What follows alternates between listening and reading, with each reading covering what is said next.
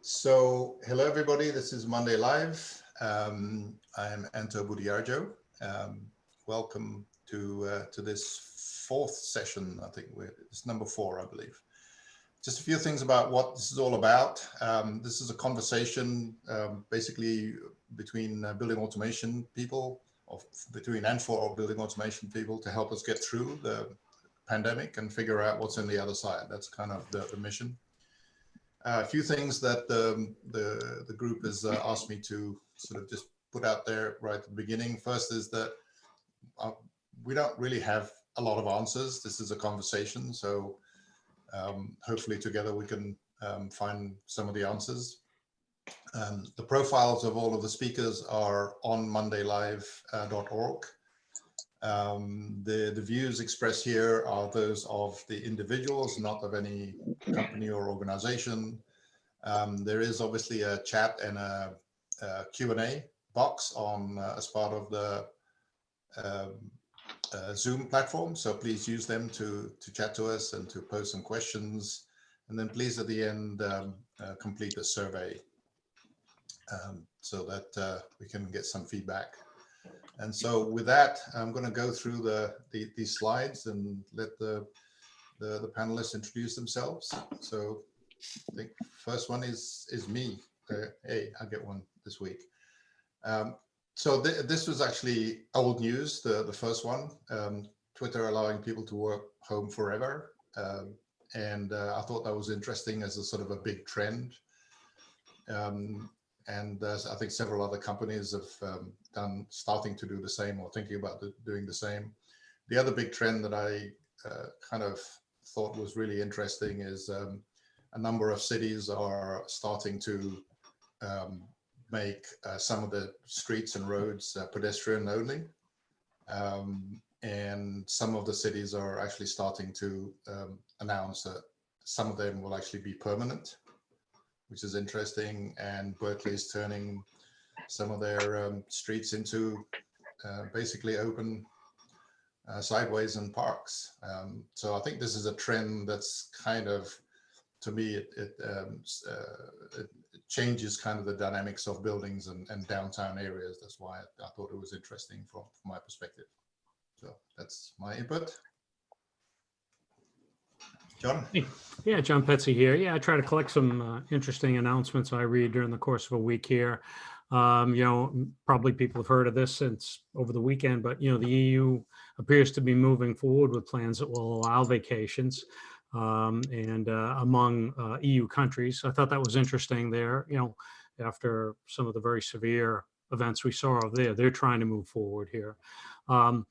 We also, last week, I think, commented that there was some reports that, clean energy investments were being hurt by this. And I thought this was interesting that Iberdrola is actually ramping up investment in alternative energy during the time of coronavirus.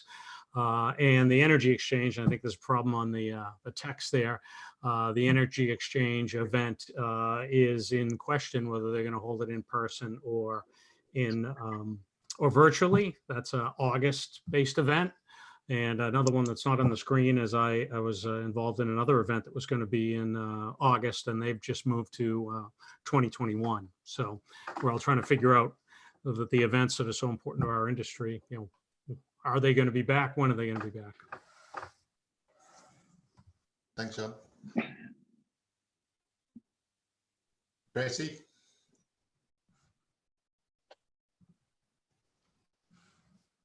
Tracy, are you on mute?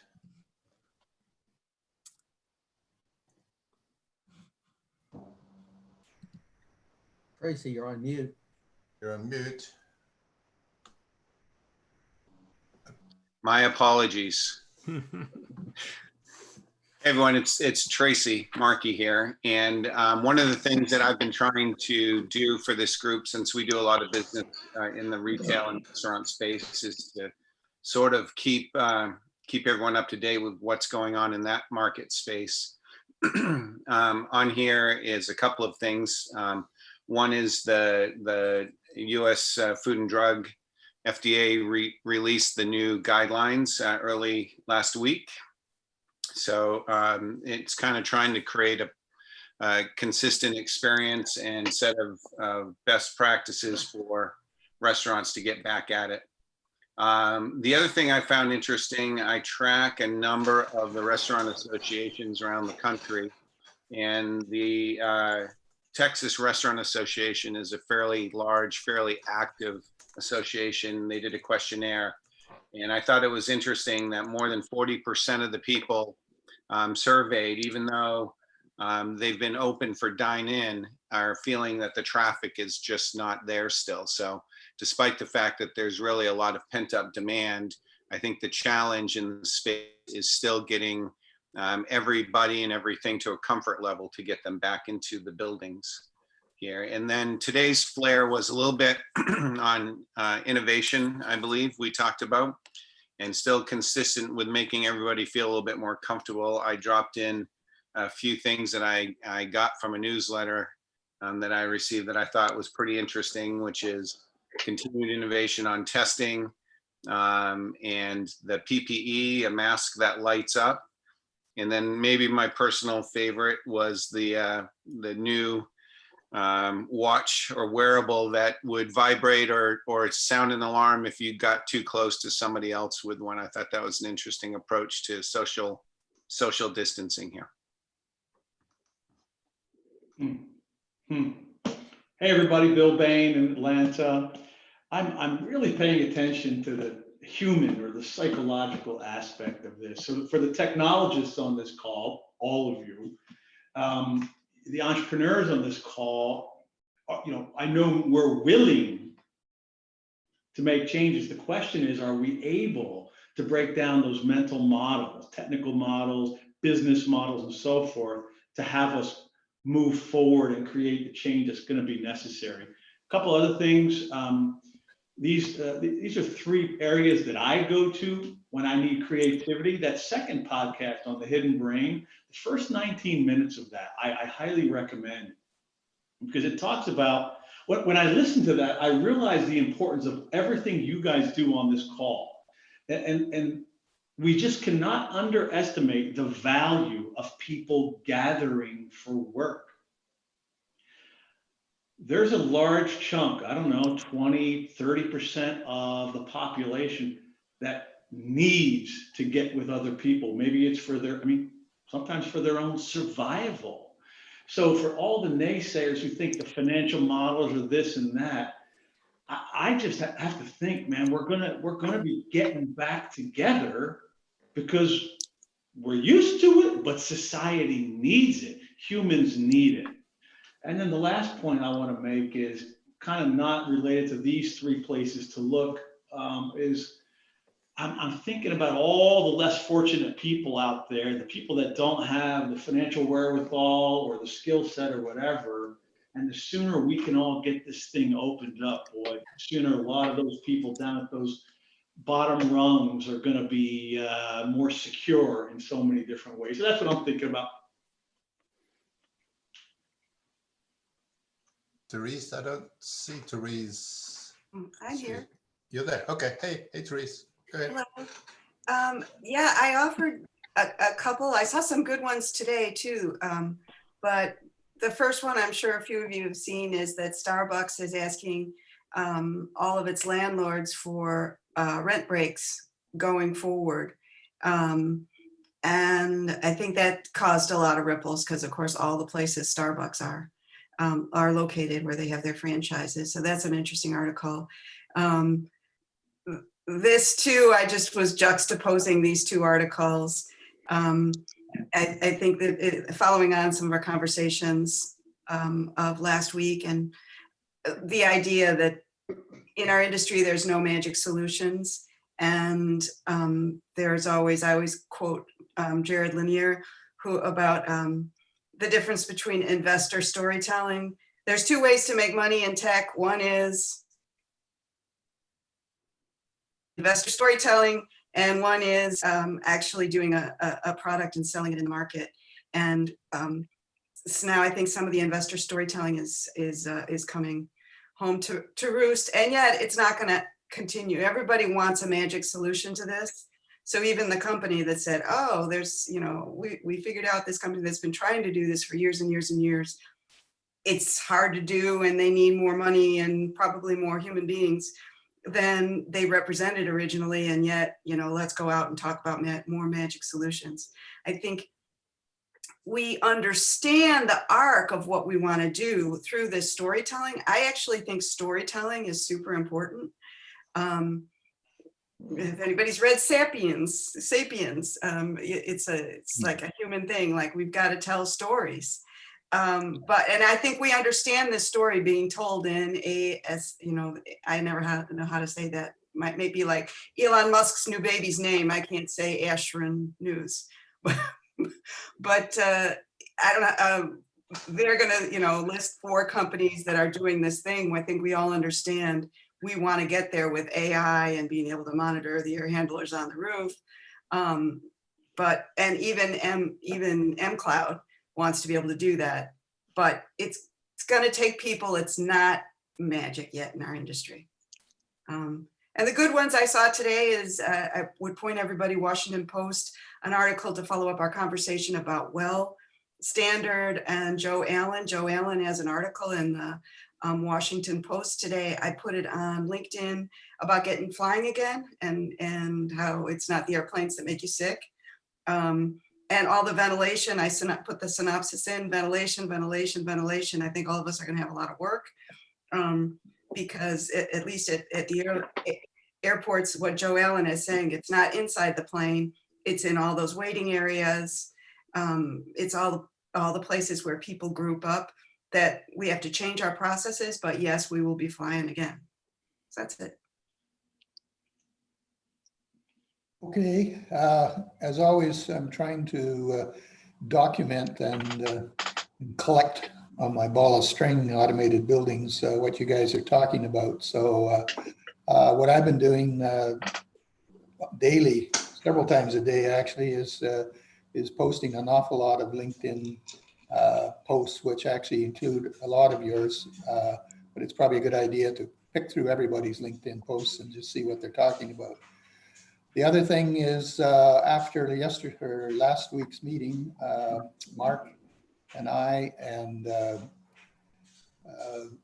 other folks went to CABA and we sort of told them some of the stuff that we were talking about here. And you can see that they had about 180 people that were interested in what was happening in the intelligent building. They have started a journal, and Ron Zimmer has written a piece, which the link is there for you to go. We just got our article published in Connected Contractor, Research, Reinvent, Recreate, Reboot, and Repeat if necessary. Basically, what I'm talking about there is just this is a process that we all got to go through to get from here to there. And it's not going to be the same process for every place. It's going to be very localized, and we're just going to have to keep reinventing and recreating and rebooting until we get it right. Another newsletter that came across my desk was from Joe. Joe and I spoke at Nashville, Realcomm, together on a panel. And it's the first time I'd met him. He has an interesting newsletter and an interesting perception of how this is all coming together. So I think that's worth taking a look at. CIPSE, which is the UK equivalent sort of ASHRAE, it's a Chartered Institute of Building Service Engineers. They basically have come up with some guidelines and stuff, which I think is of use as well. So again, just trying to document and tie down some of this information we are collecting. I believe that Monday Alive is quite useful for that. Hello, everyone. As one of the few engineers on this call, I think, I'm really interested in how we can apply technology that we have, especially technology that's off the shelf that we can apply today to making buildings safer for their occupants. And in particular, this week, I've chosen to focus on how we can remove pathogens from indoor air. one of the things that seem to be popular right now is to introduce more fresh air into the building to reduce pathogen concentration. But I don't think that's a very good long-term solution. Certainly as we get into the summer months, many HVAC systems won't be able to properly condition the air and maintain a high fraction of outside air being brought in. Not to mention the additional energy consumption that will be required to do that. So what are some of the options, especially off-the-shelf options?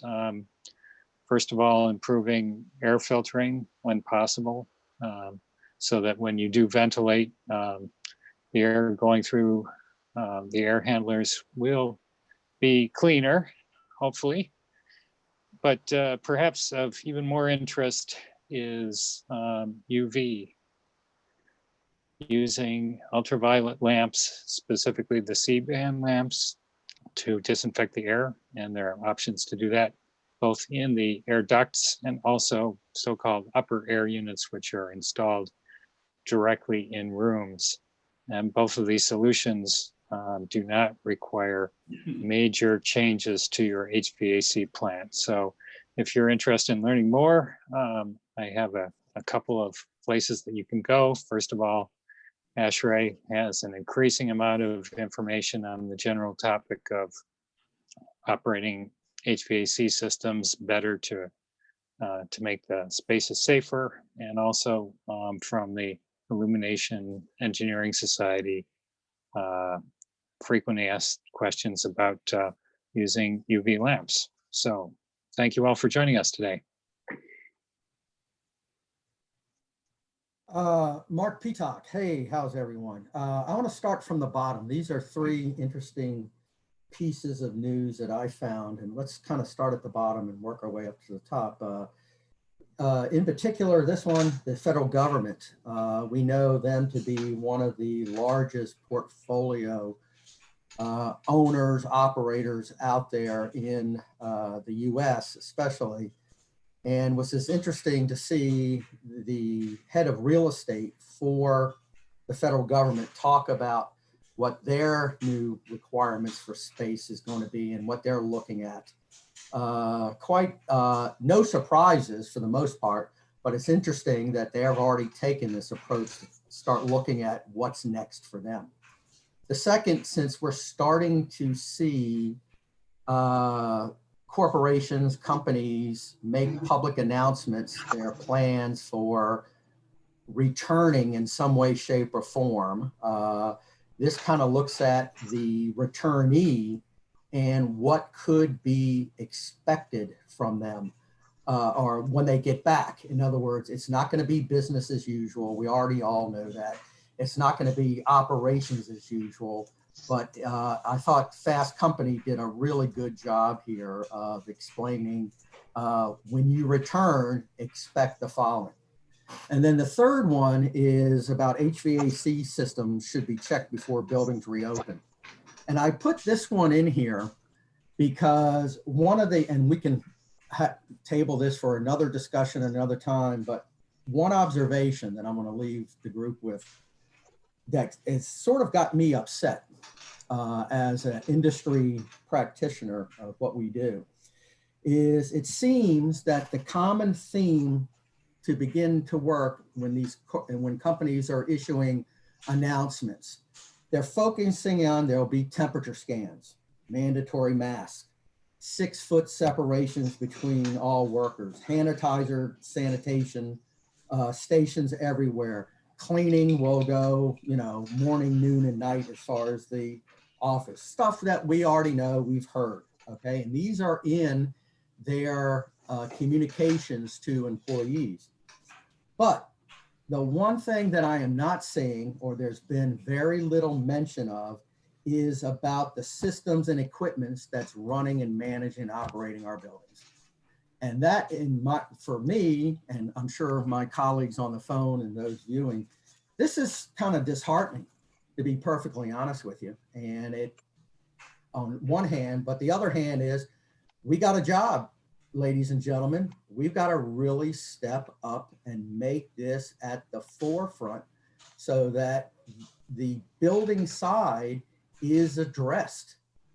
Because we all know, and I think we all believe, that if we don't address improvements in airflow, pressure, so forth and so on, and Jim Butler can, probably talk better at that than me, that it's only going to be a job half done. So anyway, there's my soapbox for the week.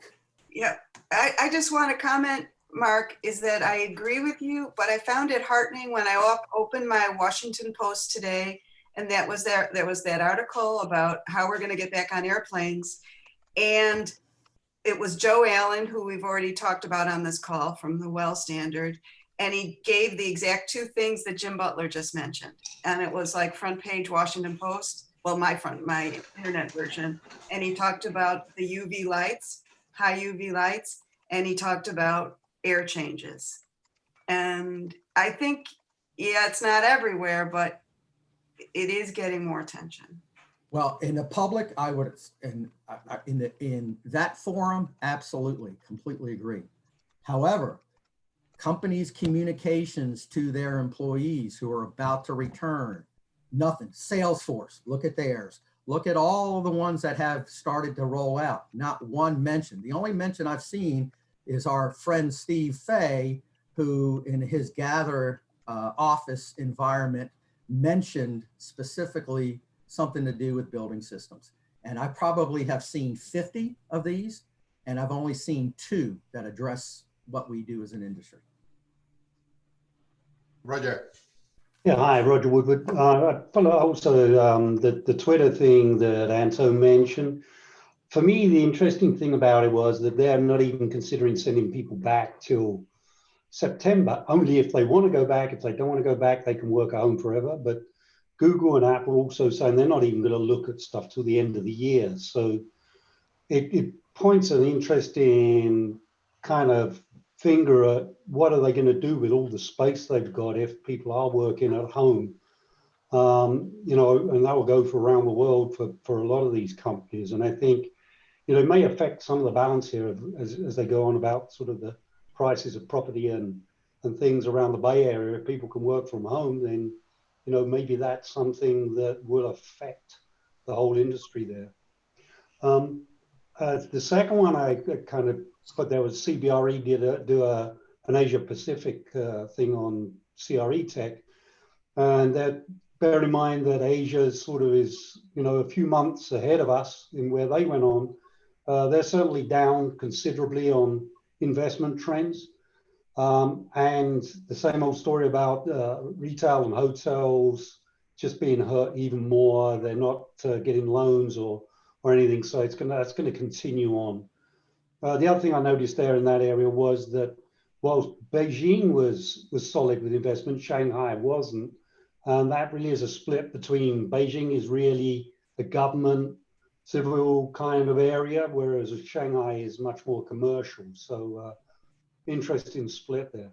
The other thing that I was fascinated by was the, sudden growth of online supermarkets.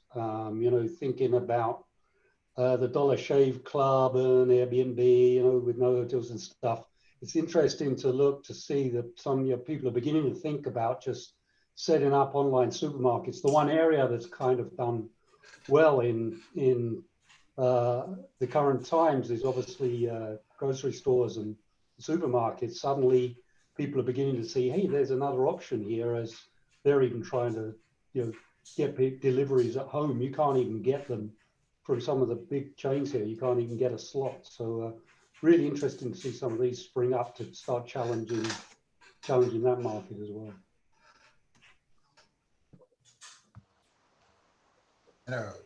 I just got the one, which I found interesting this week. If you guys haven't seen it, there was a small change in the CARES Act that changed something to what was called the Qualified Improvement Property tax law, which actually turns out to be a big deal. It actually allows you to depreciate or claim, fully 100% claim any improvements in your commercial building environments in the first year.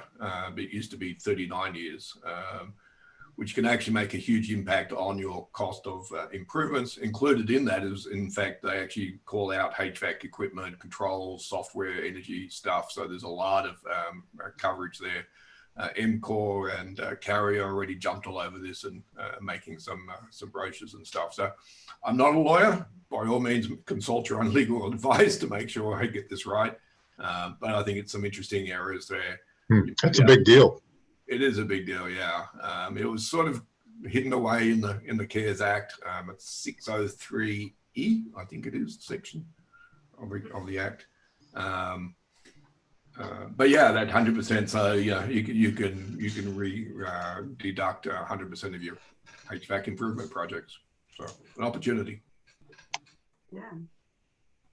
Alper.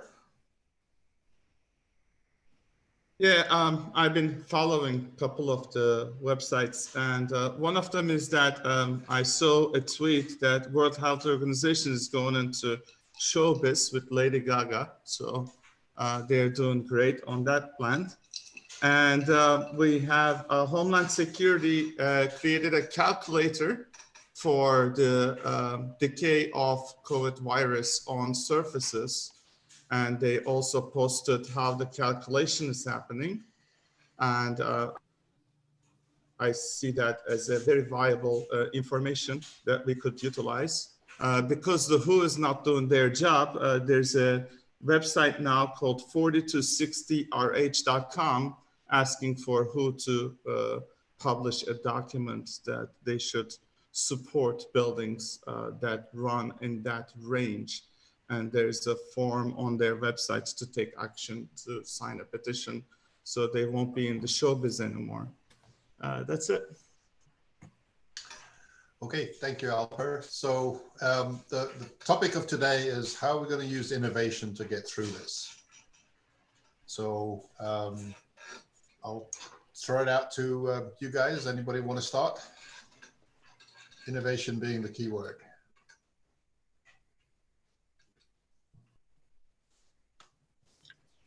Well, if nobody wants to jump in.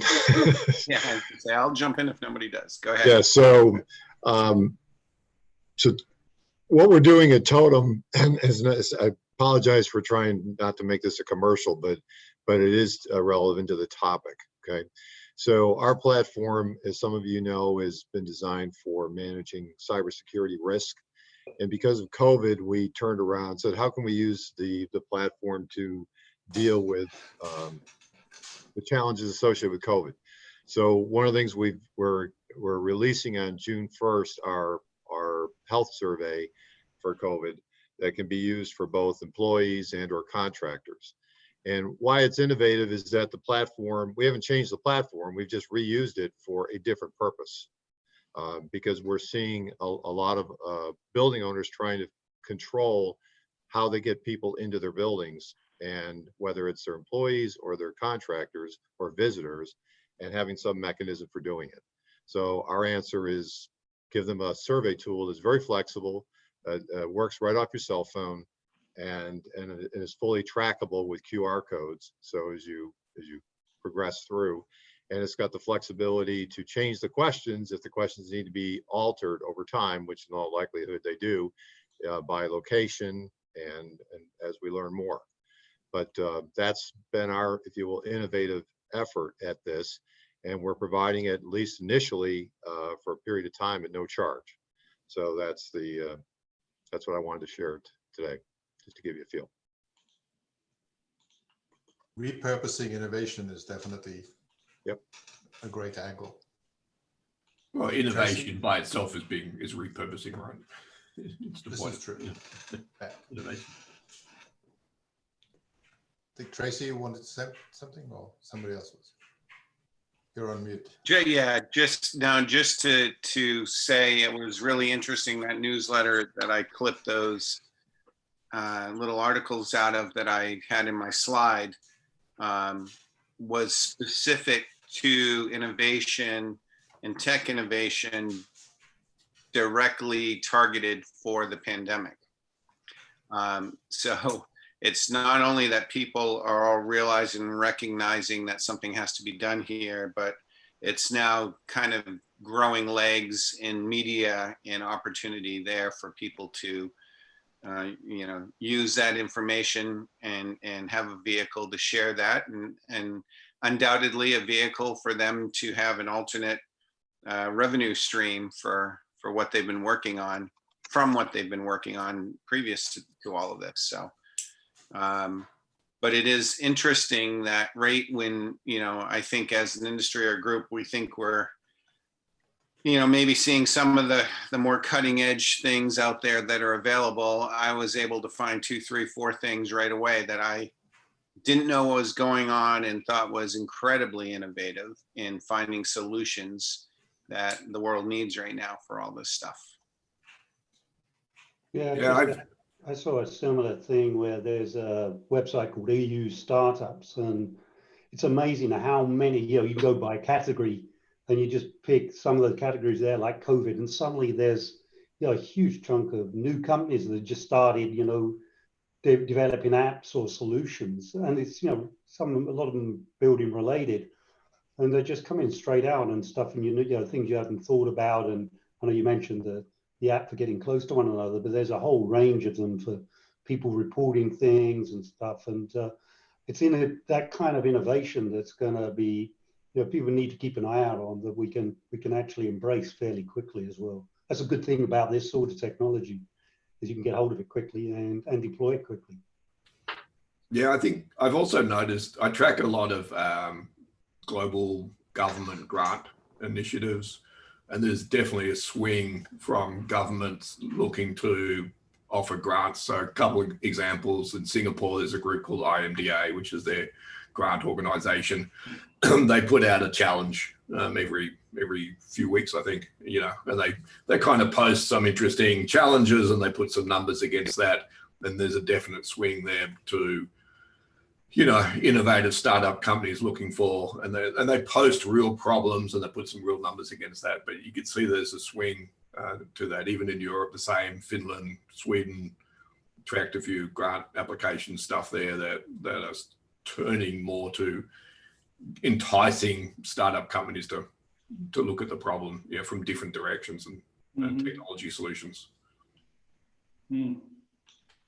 You know, one of the things that'll be kind of interesting, a twist on this, will be the life cycle of a business. You know, when you talk about that, you know, normally when somebody sets out and starts a business, you know, even these days, you're talking, you know, 2 to 4 year kind of plan and vision for your company. And I wonder, with some of this innovation that's happening, it's happening really fast, which it really needs to. But at the same time, is it going to have a really short life cycle to it? And if you look at that in our industry in particular, in the life cycle of a building, you know, we're talking typically in decades. And our solutions that are coming out now applicable to things that will be valid for us 10 years.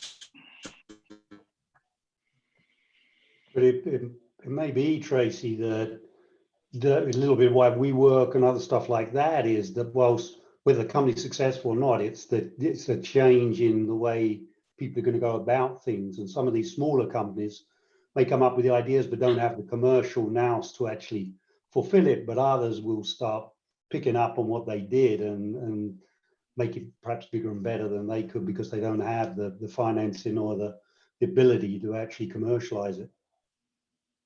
Well, in our space, of course, the innovation is usually picked up by the big guys, the Honeywell, Johnson, Siemens, right? I mean, that's where they'll let the innovation spurn and then they'll pick it up and either assimilate it or kill it. But, you know. Don't be cynical. But that's what the pharmaceuticals have done this for years. You know, people leave a pharmaceutical company and go because they've come up with an idea that the company won't invest in. They go and work 24/7 for a year or 2 years, come up with something that of course can't commercialize it, and then the company just keeps an eye on them and then buys back the rights or invests, you know, and takes over the company or something to actually take it on. But you know, the big companies are just not agile enough. So Scott and Jim Lee, you've been very quiet today. Any sort of innovation views that you've seen, either of you? I've been very interested in innovation that happened 90 years ago with the advent of ultraviolet light for killing these pathogens, and tracking. It seems to be the most well-suited technology to actually killing these pathogens. And I've been trying to rack my brain over the last 30 years of my career why we see so little of it. So, I mean, there's a tremendous technical value proposition. There's an energy value proposition in terms of reducing pressure drops across coils. But here's a great technology that's been around for a long time. And it's a great innovation, but it really hasn't been adopted. If we looked at the adoption rate of new technology curves, it's really pathetic. The question is why? I read some stuff though, Jim, that on the ultraviolet, isn't there like ultraviolet A, B, and C, and the stuff that is the most lethal to the bug is C? That's correct. Right. Right. It's not good. It's not good for us. And it's not good for us, but that's just application. Right. It's not good for any living thing, but deployed properly, it's good for what ails us right now.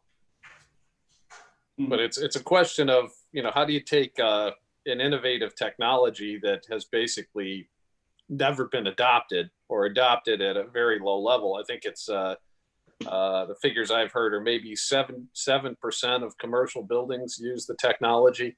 The number is quite a bit higher in healthcare, but not as high as you would think. How do we take innovation that hasn't managed to be sexy over a 100-year period, even though it solves the problem now, and get it out there? Jim, are there good proof points from the research you've done? It's one thing to say that you put the technology into the ductwork. What evidence is there that it actually works? Well, there's a lot of evidence that it actually kills the airborne pathogens. Whether it kills the transmission of two people that are in a room, I can't make that statement. I think that's a much more complicated problem, and more research is needed on that. But the saying is that the lifetime of the pathogen is about 3 hours. And if you look at 10% makeup air in most buildings, and the constant churning of those particles around, it certainly in today's systems, you would think it would increase the probability of getting into trouble. Yeah. Along the same lines, Jim, I was talking with a good friend that works for a very large HVAC mechanical contractor in the San Francisco Bay Area. And he's talking to the likes of Google and Facebook and Salesforce, some other companies, and they're actually strongly considering equipment upgrades to accommodate some of the filtration options that are being reported or recommended by ASHRAE, the MERV 13, the HEPA filtration. But one of the things that he mentioned that I guess he's been selling a lot of this is a bipolar ionization product, which is similar to the UVC lighting in that it kills mold and viruses and bacterias. So just interesting that this ionization product is also going to potentially be something that building owners should maybe take a look at. Yeah, it's interesting. We were just debating that today internally, that ASHRAE has come out and sanctioned the UV light solution, and the bipolar solution, they say there's not enough evidence so far. I have no data either way, but we were just studying that in the ASHRAE documents today. So more study needed on that. I think, Scott, you and I may have been talking to the same contracting organization, but I got that same information a couple of weeks ago. I just sent Jim Butler and Jim Lee the link on one of the companies who's developed it, a company called Global Plasma Solutions. So you guys can continue to do your research, but Well, yeah. we need to. Right. Actually, okay, I want to chime in on this. Some of this innovation doesn't have to be all that radical. We've had some good posts on our automated buildings LinkedIn group online from the elevator folks, and they've got some real problems. Like you can't touch the button, so now the buttons all have to be made touchless. And how are we going to do that? Are we going to do that with voice commands? Are we going to do that with our phones? So there's a bunch of things. They're also into self-cleaning escalators and all of that side of it. I hadn't thought too much about that. And for a building opening, the elevator is probably one of the greatest puzzles. How do we social distance in an elevator? If in fact we do, we virtually render the thing useless in the fact that it used to carry 15 people, now it carries 2. So they've got some real problems moving, and there's a whole bunch of ripples that are sort of the whole transportation in dense areas is airports is probably another example, is getting very complex. But I think some of the solutions aren't really, gigantic innovations. It's probably just combining technologies that we know. I think we'll start to see a lot more abuse of voice. Even though we don't like to talk to things, it's going to be easier to talk to them than it is to touch them. So I've pulled in Keith Gibson. He's tell us what you're doing with Cal State, Keith. You're on. Sure. Hey guys, how you doing? And ladies. Yeah, so I just coincidentally got a message from the Cal State University Dominguez Hills. There's an energy manager over there, and of course, you can't, or they wouldn't want to, remote the schools. So eventually, they want to bring the students back onto the campuses, of course, because that would be a huge problem if they never could get the students physically back onto the campuses. So they're trying their best to mitigate the concerns about COVID-19 and safety and all that stuff before the students will actually return. Because like everyone's been talking about, the students are actually saying like they don't want to come back to the campus. Like they want to stay remote. So they've got to really do something to woo these students back to these campuses. So we're actually having a meeting tomorrow morning to discuss innovation. It was so appropriate that we got on this topic today because we're having a meeting tomorrow morning with the Cal State University system to discuss that. And as you mentioned before, he said he's frustrated because he hasn't seen any responses from like his vendors, Johnson Controls. He's got old Johnson Medicine system there. I used to work on it. That's how I met the guy years ago. But they haven't done anything. Like they haven't said anything. They haven't made any suggestions. So he's reaching out to system integrators and consultants like myself to try to figure out, what their plan is going to be to get those students back onto the campus in a safe environment. So it was very timely. Thanks for bringing me in, Anto. Keith, what's the reason the students don't want to come back? Yeah, that was my question. Concerns, or they're just happier working at home? There's two. Yeah, they're happier working at home. You would think on the contrary that the student life and all that stuff, college experience would kind of override that. But even my daughter was telling me she's attending LMU, and they've told all the students at LMU that they're they might as well plan on not coming back to school. And then that's problematic because how is she's a star basketball player for the school, so she wants to go back and she wants to play ball in her senior year. But I think over time the students have just gotten acclimated, much like the regular workforce, in that they just don't want to. They're scared. So safety is the other concern. They're scared. They don't want to catch the virus, and so the universities and schools have to assure these students that it's safe to do so, and that they're proactive. There's a lot of talk about not being proactive and stuff.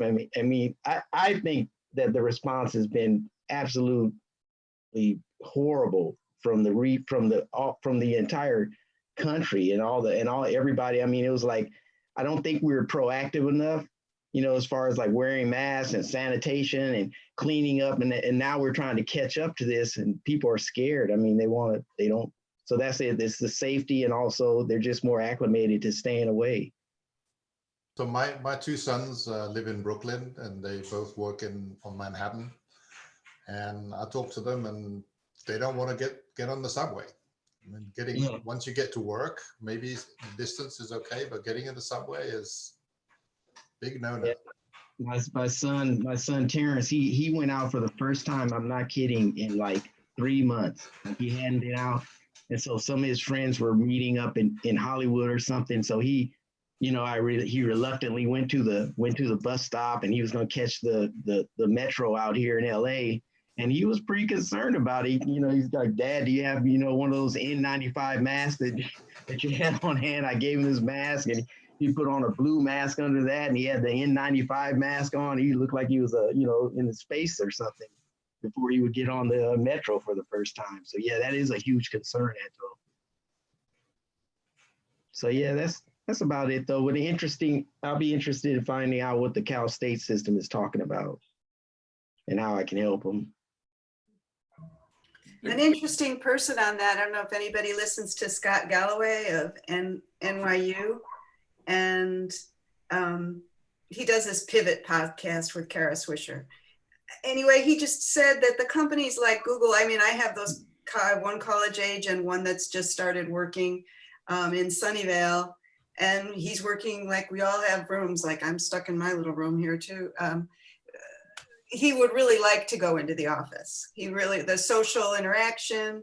And anyway, the Scott Galloway says it's going to be a perk. Going into the office eventually is going to be, if you work at Google, if you work at Microsoft, maybe Salesforce, despite what John or Mark said, is eventually going to get it. They're going to make it not only you feel safe and you've entered this special land, but to have that golden ticket to enter that special land of working will be even more of a perk. That there's such a desire, as Bill brought up earlier, such a desire to really socialize at that age and get back. It'll happen. Yeah, I actually have a call in there. Also reminds me, I have a call into my good friend Art Justice over at Cinemark Theaters. Now there's a retailer that they have no choice. There's no way you can do it remotely. So I actually called him. He left a message this morning. Again, this was kind of on my mind because of the Cal State stuff. So I said, I wonder what my buddy Art is doing over there at Cinemark, because they got shut down. In fact, we shut them down 2-3 months ago when this all started. And and one of the things I did was I just reached out to him to say, what can I do to help you? Art, how are you going to handle this ventilation issue with your movie theaters? If and when, or I guess I'll say when they reopen. I mean, they got to reopen at some point. Otherwise they'll be out of business. So those are the two customers I've reached out to. And I think it's like the voices of authority, like Alper was bringing up the WHO and the, whether they're failing or not, but then these other voices coming up, and me talking about Joe Allen and the Well Standard and front page of saying, planes aren't that scary. You should get back on planes. And somebody like Joe Allen of Harvard and the Well Standard kind of breaking down the science of you wear the mask, the airports do the right kind of ventilation. We'll be back on those planes. So I feel like I'm getting more positive. It's going to be different, but we're going to be getting back together again, sort of messaging right now. Sounds I made a trip to Home Depot this weekend. Conversations. Sorry, Bill. I made a trip to Home Depot this weekend to get some stuff for the garden, and it was packed, absolutely packed. Some people had masks on. The majority, probably 85% of the people had masks on, but there certainly were people, that didn't have any protective gear on at all. So I guess the thing that bugs me is that, here we are talking about innovation. I guess the question is, what are we trying to do? right? Are we trying to make the buildings healthier, or are we trying to get people back into the buildings, whether they're offices or colleges and other things? What's the objective? Because the objective becomes different, because a lot of the stuff that, for example, the UV stuff is relatively long-term stuff, right? And I think the objective, what Teresa was saying is, I think the objective is going to change for the purpose of going to the building, right? I mean, what used to be, that's just where I go. Now, if we believe that, you know, all the clever people are doing the right stuff, whether it's UV or voice or all this new stuff to make the building safer and safer, there's going to be a point in time where the building is going to be probably one of the safe havens that we could actually go to. Mm-hmm. It may actually end up being safer than my house or Home Depot or anywhere else. And I might actually pay a premium to want to go there versus, you know, any other environment. And that's interesting. Yeah, and then that'll be interesting to see the buildings that are competing for that favored status, right? If I was a building owner, I'd be plowing all my tax dollars that I can reclaim now into making it a favored place to be safe at, you know. I mean, I think the COVID thing is an accelerant on trends that were already happening in so many ways, and in this real estate way too. Like, I've lived in the Bay Area for a long time now, and you used to drive down De Anza Boulevard and wave at Steve Jobs. You could see the building. You saw people walking in. You could go and park and walk up. But now, 20 years later, I can't even see the Apple campus. It's so disguised. And the way they've had the road words going over, you know, the idea of a gated village. And Google is the same way. And Facebook is even worse. All the places they are, you could live here and it could be a mile away. And you, unless you've got that golden ticket from Willy Wonka, you're never going to get into that Facebook campus. And this thing is going to make it even more so, that they are just places, gated communities, places away. You can't feel, you can't touch unless you have the right IDs to get into. And they can be like, I mean, we're so packed here. They can be so close, but they're so far away. I like the Willy Wonka chocolate factory thing. Yeah. You got to get the golden ticket to get into the building. Yeah. So we're basically creating enclaves. Man, what is this? A 666 or something? You guys really mark to get into the building. It is. I got an invite. I didn't realize how much the world changed, because I was like in the Honeywell building. I had to go down to the Honeywell building, which is only a spit away from the Google Cloud building. But one of my friend of a friend said, you got to come over for lunch over to Facebook. And I was like, okay, you know, I'll pop over there. But I had to take a shuttle from somewhere in Menlo Park. It was like at least an hour and a half to park over there. We've previously talked about how 9/11 changed things with regards to getting access to obviously planes and other things, but this is basically going to compound that. Going to make it really, really hard to get in. They're very closed compounds, and the idea of people being checked before they get in, it's just one small step for them already. Well, we're talking about a certain strata of business here, right? You know, what's Google got 120,000 employees, and Facebook 50K and whatever. There's 155 million employed people in the US, right? They don't all go to one of those buildings, right? What about the huge volumes of industrial parks and office parks across the country, you know, 100,000 square foot, nice places where you had good parking, you could walk in, marble lobbies, good comfortable place, nice view, you can get out and lunches down the street. Great, Facebook figures it out. That's, you know, that's a gnat on the rump of an elephant, right? It might make the news, but what about the other 150 million people, right, who go to normal buildings every day? But they're going to be the trendsetters, right? We do this to ourselves every year. When you go to Realcomm or ASHRAE, the people that we put up on stage are the Googles and the Facebook building owners and those guys. Yeah. But my point is, they're the ones who say, here's what we're doing, and everybody else watches. We might not be able to do Watches, but everything. not necessarily can do it, right? Yeah, right. But They'll we have can do the something. profit margins of those companies, right? And, you know, so what's going to help the rest of everybody else go back to work? Right? Or the other 80% of the buildings in the US that Right. don't have those kinds of systems even, right? Yeah, right. RTUs and thermostats. Yeah. I think that Or the high rises in New York City, Chicago, downtown LA, completely different environment than the campus style environment. Yeah, but my point is those guys set this, they're kind of the thought leaders, right? They're going to go out front. They're going to give us some direction of what might be. I might not be able to do everything that they're going to be able to do, but at least to give me a path, right? Because they've thought it through and they've given it more energy and thought.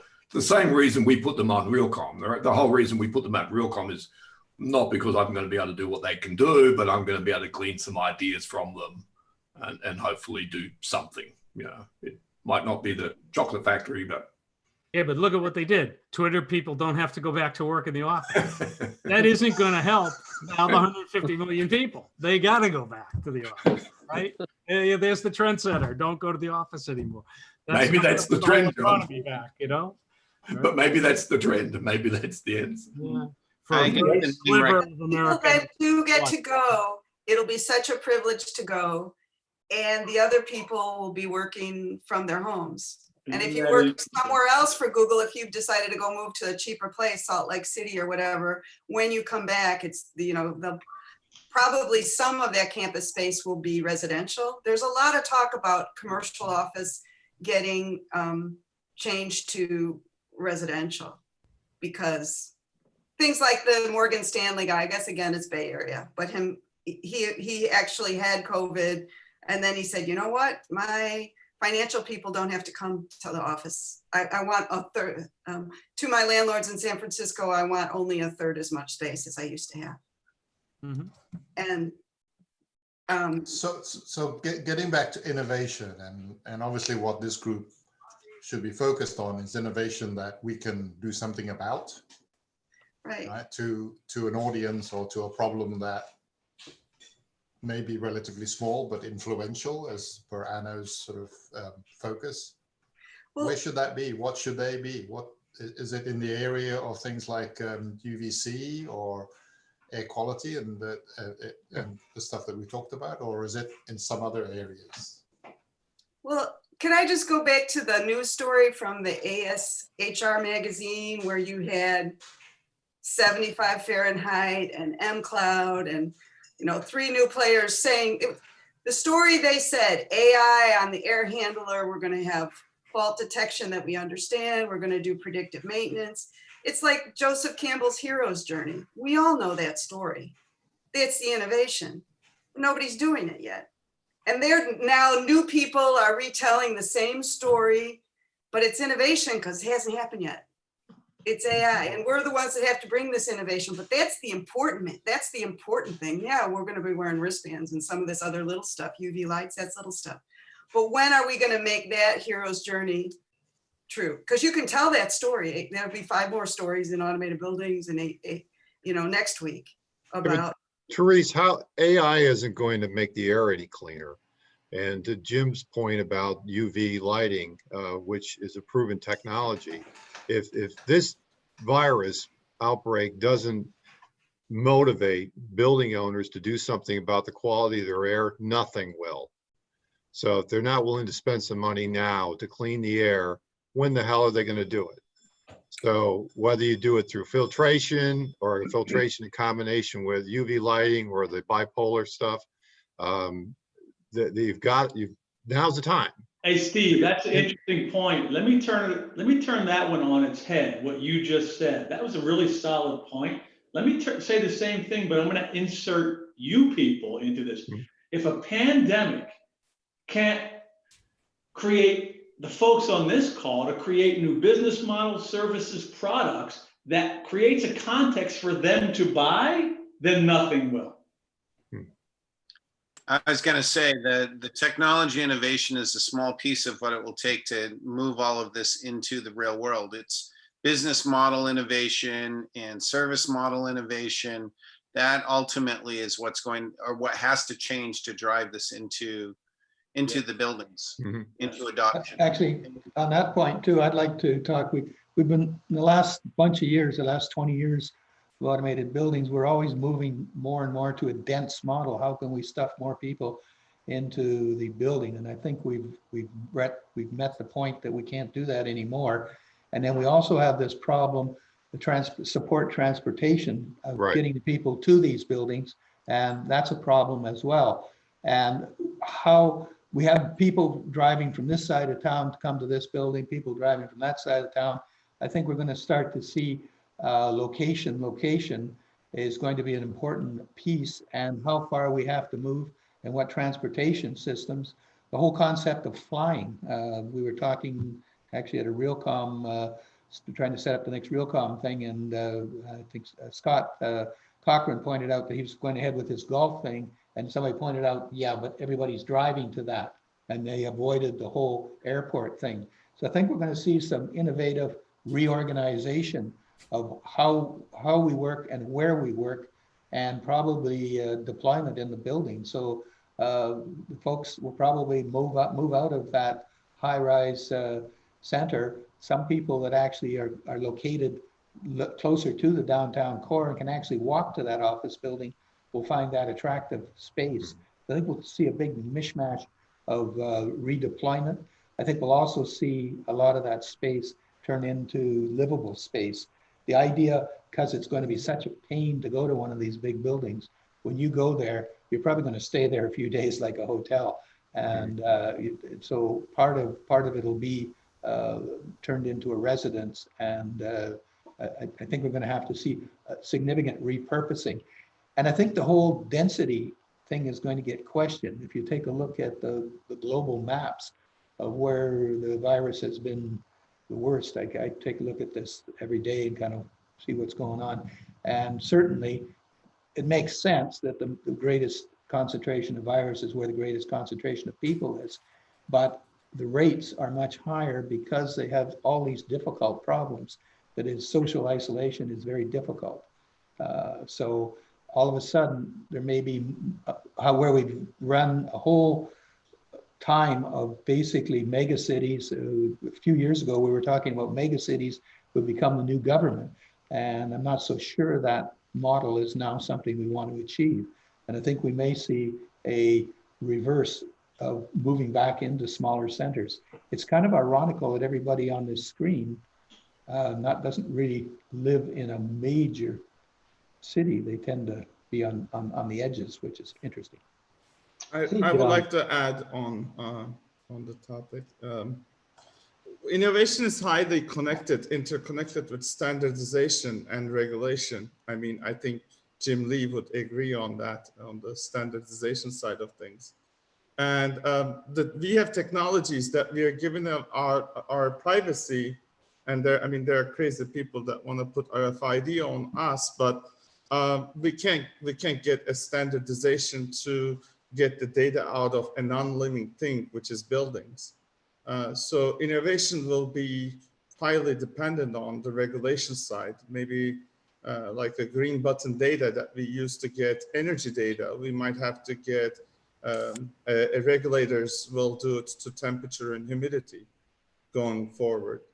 We really need for the innovation to spread out. The government will have to create regulations and promote standardization on that. Without it, I don't think, because the lack of resources, I don't think we're going to move forward in full in that case. Anyone can add. Is the time scale that we're actually talking about causing a problem to actually really thinking about innovation? Because a lot of the innovations that we talked about are not short term. Is that a problem? And yet the problem. I think it is. If we have a virus that is killing people today, I think we need to spread the technology and the innovation and scale it really fast to remedy the effects of it. So I do think the government will have to step in and create these eventually. That would be the right way to do. I actually think it's having the opposite effect, Anto. I think what's changing is the trajectory, right? And we've talked about several things, right? Whether it's the existing UVC technologies, whether it's voice, whether it's, there's a lot of stuff that been in the plan. But, if we introduced a voice into elevators before, into buildings, it was like, oh, that's kind of cute, kind of nice, don't really see the point. Yeah, we'll think about it over time and it might eventually get there, right? UVC, same thing, right? That's kind of cool, but really complicated. I think there'll be a lot of what can we do with existing ideas, technology, solutions that can be adopted, adapted, put in place at speed, change the acceptance of voice in elevators, right? It might be a simple thing because the technology exists, the interface exists, the people exist who can make that happen pretty quickly, So I think immediately you might find a lot of reuse of existing stuff, existing ideas, repurposed, re-advantaged as the quick wins, right? And then longer term, more innovative stuff. I think some of it is going to go back to what we were talking about the other week, which is the data of which we don't have because the buildings are not occupied yet. And I was looking at a site with one of the consultants in the UK called Bureau Happold, where they actually showed people traffic, and people are going to have to relay out their buildings, but we don't know what the building's going to look like yet until people occupy the building to actually relay the building out, to actually, adjust the traffic routes and where they are, where the people are going to actually minimize contact and things like that. And that's a simple, to get the data is you've got to occupy it first. So we're kind of coming from behind a little bit, but, if you're going to analyze it, and John Petty will tell you this for nothing, is that you've got to have that information first, but to experience that, you've got to go back into the building and track it and see what's gone on to actually make the adjustments, because we don't have that experience. It's only then that we see where the people are clustering together, or spaces that are not being used, or with the times that it gets busy, and then you can help relay out the buildings by just simple people traffic type sensors, which are not expensive these days and can be rapidly deployed. Yeah, and when Anno brought up the financials, like that government change, and Alper brought up the government, but if the CARE Act does provide more incentive for upgrading mechanicals, that's really good news. That's the market moving things ahead. And the quote I've got from that I really like, Aaron Lapsley, who used to work with Switch Automation, now he's with Cushman Wakefield. "Buildings are not bonds" is the headline of his latest post. And this relationship that, at least in America, that we've had to real estate, that it's really just another way to bank your money. But the idea that it's a living building that has all these needs is something that people that have the financing purse strings behind it haven't really thought about. One of the things that I want to come back to that Bill said, and just to throw a little controversy in some of what we're saying, maybe, if we have to count on governments to drive our innovation, we're in trouble. We need to, innovation needs to succeed because it has value to the users. I agree on that. I meant scaling government is needed to scale an innovation. If the government doesn't have regulation, there's no incentive for the stakeholders to implement it. Yeah, I didn't mean to target you at all, Alper, so don't take that personally. I'm just thinking about the problem at large here is, in the years that I've been doing business, one of the things I've always relied on, when value exceeds price, I have a sale, right? And right now, what we're saying, and this all started, you remember, when we started talking about innovation, with a discussion with Jim Lee was involved with, that, there's been a lot of innovation out there. A lot of us on the screen here that I'm looking at have taken a lot of arrows in the back. And, we have to ask ourselves, why aren't people adopting this more often? And clearly they're not realizing or seeing the value in what we're doing, or else they would pay for that, right? So what can we do to innovate the way that we are educating or bringing some of these technologies that we know work and know are good to the market in such a way that we'll see adoption. I think Teresa's point is well taken, that financial owners of buildings have considered buildings to be a bond. But, you know, potentially now that they're going to lose half the value of their bond, maybe they'll wake up and have a different point of view. It's more like a tech stock.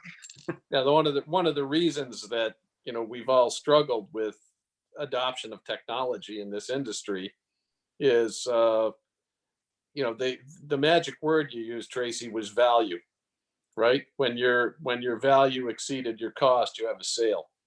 But that question of value is extremely subjective. And to a bean counter who's treating that asset like a bond, they don't necessarily see that value. And, you know, COVID gives us an opportunity to potentially change that equation as to what value means. We'll have to see if it works or not. Yeah, it threatened our perception of our value situation like never before, right? If I'm a building owner and I've got a 10 or 15 or 20-year lease signed by a company, why would I care in adopting anything new like that, right? But now they realize, oh, wait a minute, there are ways that that's going to change. It's not a bond. It's not a given return on my investment here. Things can change, and now I have to be competitive, right? Right. I think the other area, though, Tracy, that the government can help in innovation, of course, is kind of what I referred to at the very beginning, is grants, funding, initiatives to get, because for us to do innovation, we need funds, right? I mean, it's good to have the reclaim at the back and from a tax perspective, but if I don't have funds to do innovation at the front end, and that's something that I said earlier, I see a lot happening outside of the US at the moment. There's a lot of government initiatives putting money into grants, research, R&D, you know, for these sort of initiatives. Don't see a lot of that happening here in the US. And that would be a great area for some of this, you know, dollars that we're putting into the COVID things, into let's fund some of this innovation, guys. We've got a country full of really, really clever people, right? Let's give them some money to. And we've been pulling back on that model over a while, and there's a lot of countries outside that are going down that path right now. Okay, so we're about 15 minutes after 4. So this is great conversation. We kind of set up this week to talk about innovation, and I think most people thought that we were going to be talking about innovation, but I think what we've really been talking about is how we do innovation and what the driving force behind innovation is and the barriers, which is kind of interesting.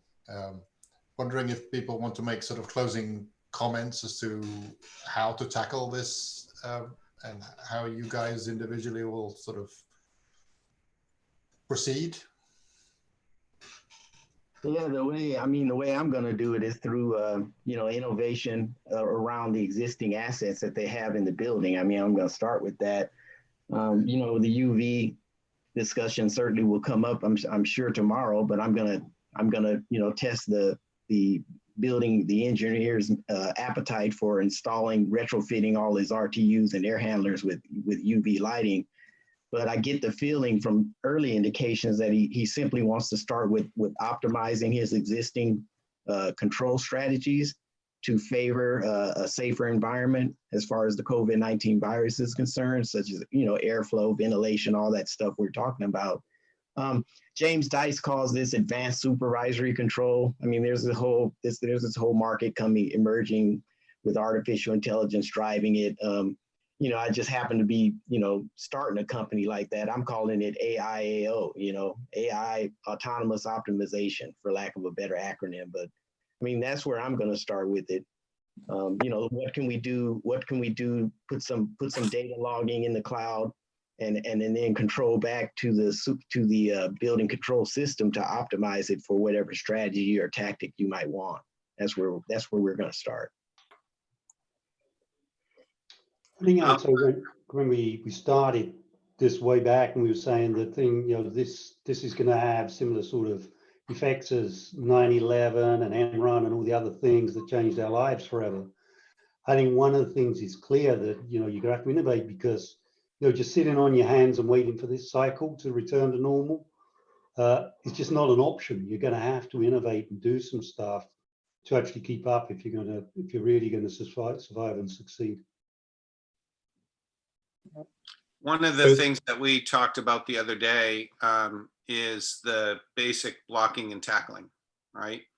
And I think there's pretty universal agreement that a lot of the customers, if you will, in this space, the end users aren't doing that fully. And, when I look at what a prescription for a business roadmap would be for the things I'm involved with is building on a little bit on what Keith was saying, I think, and that is, let's start with the basics and make sure that we are getting the things that we do have both in place and or immediately available to us out there working and moving forward with that stuff while we are working on the new innovations that will take a little bit more education and a little bit more time to develop.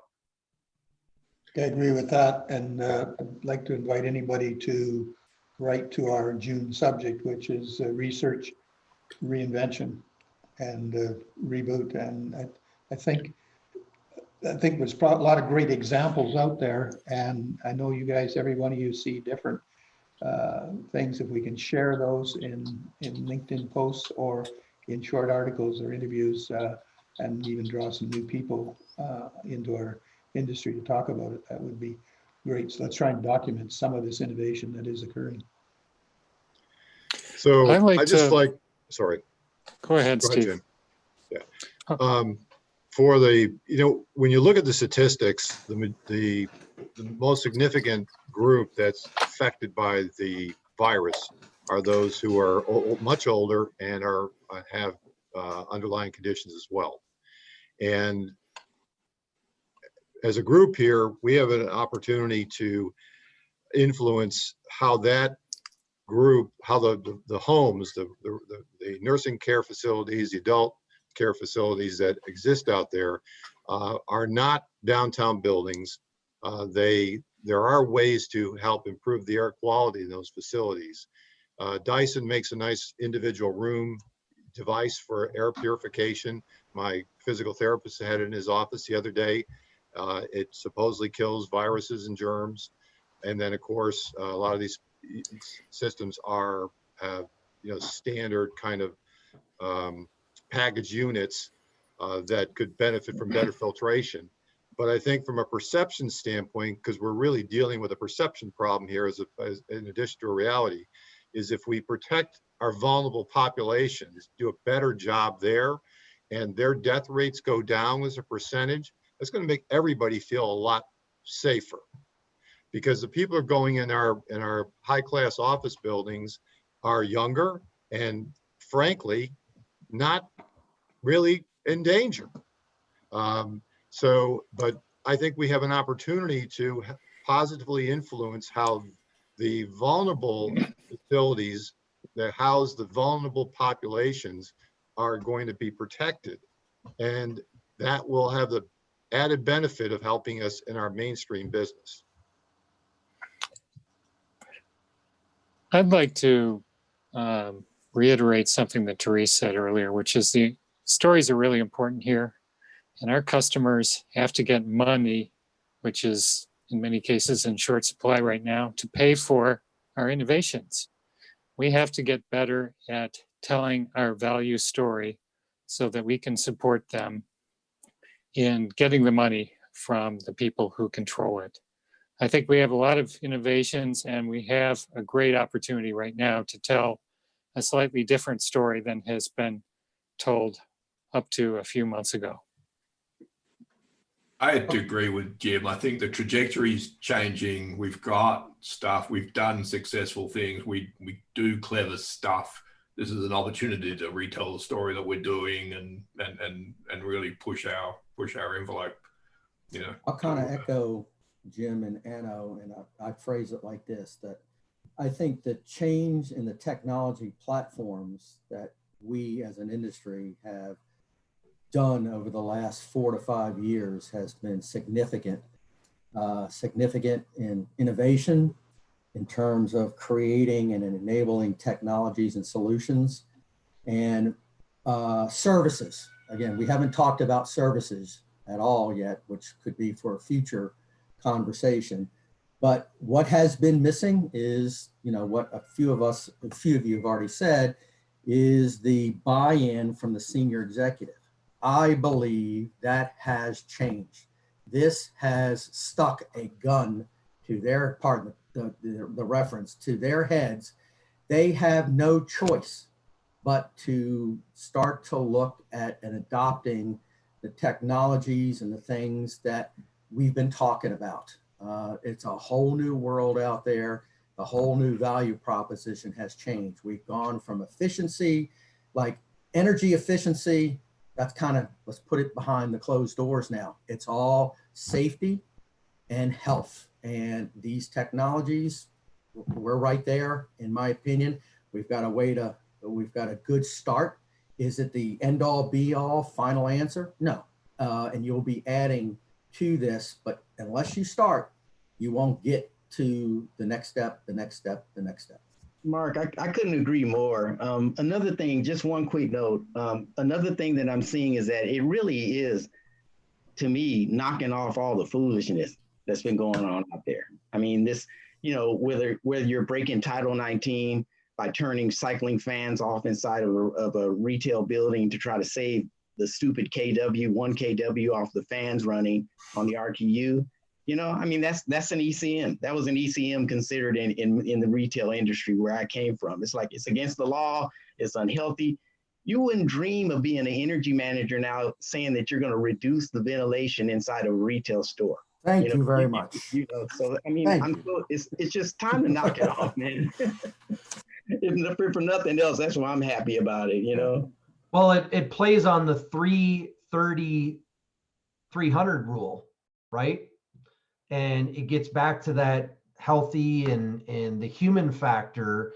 And anyone that's going to look at this and go, well, but my energy savings, because we all know that as soon as we start making some of these changes and the energy bills start flowing through accounting, some bean counter is going to go, oh, well, wait a minute, we're spending 5 times more than what we had budgeted for energy. We can't do this.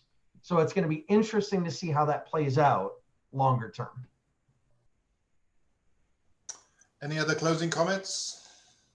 I agree with everybody. It's an accelerant.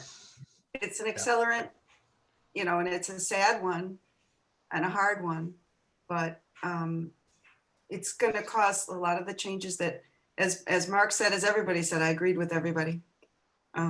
We have the stuff.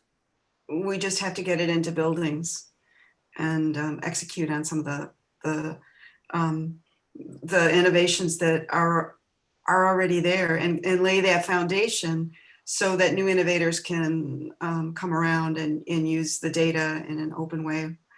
Okay. I can see, Ken, I can see a time when my grandkids are going to ask me, what do you mean you can't talk to the toaster? Okay, so on that note, let's bring this show to a close. Thank you, everybody, and thanks, listeners. This will be on YouTube sometime later today, and we'll be back next week. Have a great week, everybody. Bye-bye. Thank you, Anto. Thank you. Bye-bye. Thank you. Bye. Bye.